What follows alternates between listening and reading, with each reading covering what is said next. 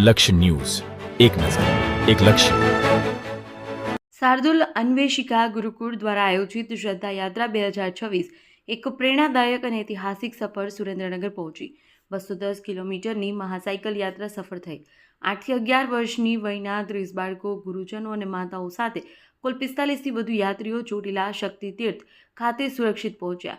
ગત 6 ડિસેમ્બરના રોજ જમિયતપુરાથી શરૂ થયેલી આ યાત્રાએ 7 દિવસમાં 50થી વધુ ગામોમાંથી પસાર થઈ છે. યાત્રા બાળકોના મન, સંસ્કાર અને ચેતનાને ઉજાગર કરતી એક અનોખી જીવનયાત્રા બની છે.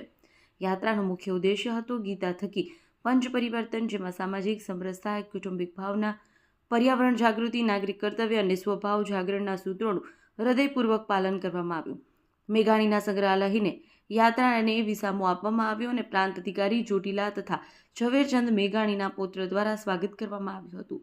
દેવમ ત્રિવેદી, સુરેન્દ્રનગર.